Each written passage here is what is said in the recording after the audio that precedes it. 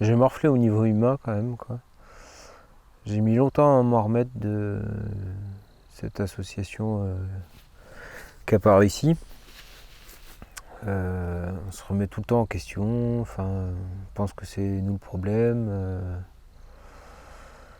Ouais, c'est, moi j'ai fait un travail psychologique là-dessus avec une psychothérapeute et différentes personnes. Ça m'a bien aidé à sortir du guet, mais j'ai mis longtemps à reprendre confiance en moi. Et je pense que c'est toujours fragile, quoi.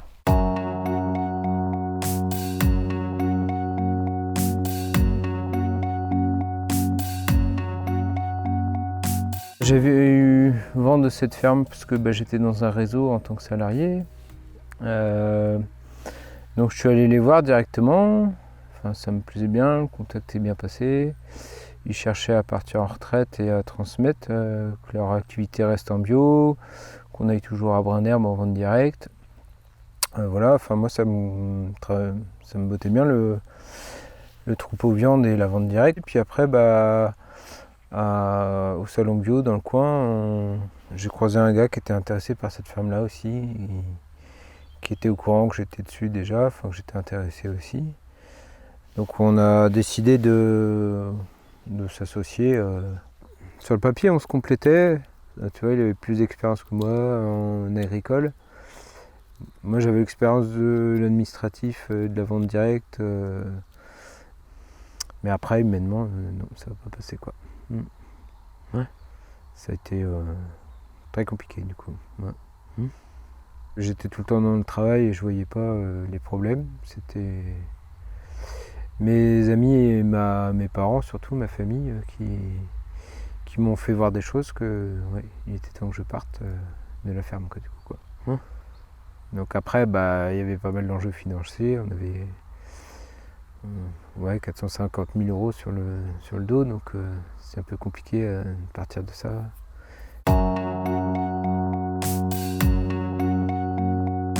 On avait fait des formations pour s'entendre entre associés, etc.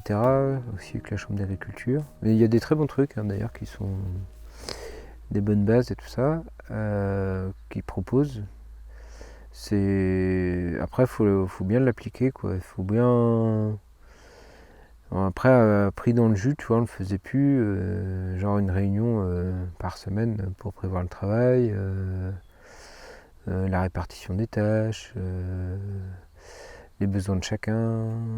On a essayé aussi la médiation, du coup. Ça n'a pas fonctionné non plus.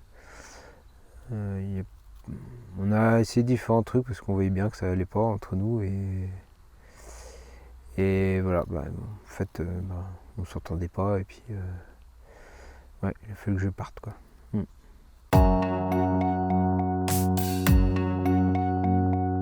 Je suis passé par le tribunal de grande instance et donc il y a eu plusieurs périodes d'observation sur la ferme au niveau économique, savoir comment ça fonctionnait avant de faire un plan de redressement. Donc tu pars pour 6 mois d'observation à chaque fois. Ça a été renouvelé 2 fois, 3 fois. Donc ça fait déjà 1 an et demi. Après, il y a les délais des tribunaux et tout ça. Donc quand on passe, ça met 2 mois de plus. Donc, voilà, concrètement, il a fallu 2 ans pour que je sorte du GEC. Et en plus, le problème du GEC, bon, ça évolue un peu, je crois, dans la législation, mais t'as pas le droit de travailler extérieur, quoi.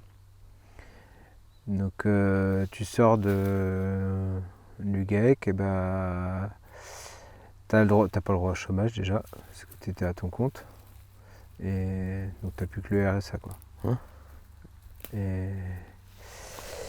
et tant que tu es dans un GAEC, officiellement, tu peux pas travailler à l'extérieur. C'est des périodes pas faciles à passer, quoi. Ouais, on voit pas le bout, en fait.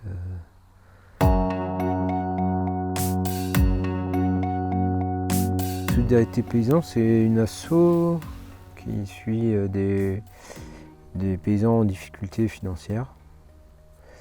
Tu as à chaque fois un paysan et un salarié de l'association qui vient. Donc moi, ils m'ont aidé tout ce qui était entretien avec les avocats, avec les comptables, etc. Du coup, ils m'accompagnaient à ce rendez-vous-là et ça me faisait beaucoup de bien. Parce que tout seul, je me serais pas vu contre 3-4 personnes qui sont spécialistes entre guillemets. Enfin, on a l'impression qu'on l'autre cherche à nous avoir forcément, quoi. Et du coup, ouais, bah, ces gens-là, ils sont habitués à tous ces termes-là et à te défendre aussi, quoi. Ils m'ont fait beaucoup de bien. Ouais. Je leur remercie beaucoup. Ouais, du coup, j'ai gardé un lien avec eux. J'aide de temps en temps aussi. Maintenant que ça va mieux, parce qu'il a fallu 2-3 ans pour digérer ça. Donc de temps en temps, l'asso m'envoie du monde. Après, on s'appelle, on se voit de temps en temps. J'essaie de les soutenir un peu psychologiquement, quoi.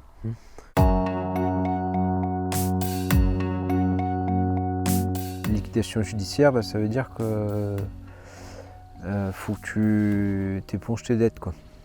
Donc moi j'avais de la chance, j'avais rien. J'avais juste une vieille voiture, j'avais pas de maison, j'avais rien à mon nom, quoi. Du coup, dans ces cas-là, la banque elle s'assoit sur les emprunts. Mais la banque lâche jamais comme ça. Ils sont toujours en train de relancer, donc c'est pour ça que c'est important d'être accompagné aussi. De se connaître nos droits parce qu'on les connaît pas, pour qu'on ait le moins à payer plus tard, quoi. Et du coup j'ai un peu une peur de l'argent aussi maintenant, peur de manquer. J'avais peur quand on a emprunté la maison, j'ai peur de ne pas avoir assez de sous, des soucis que j'avais pas avant de m'installer en fait, quoi. Du coup, j'ai un sale vécu, mais bon, tu vois, j'ai gardé un pied dans l'agricole quand même un peu. Ouais. Ça me démange quand même un peu, quoi. Ouais. Puis bah maintenant le fait d'avoir des enfants aussi, c'est un chouette lieu pour qu'ils grandissent aussi, quoi. Moi j'aurais bien aimé grandir dans un milieu comme ça, avec des animaux, quoi. Ouais. Ça m'a apporté quand même, quoi. Du mauvais et du bon aussi. Ouais.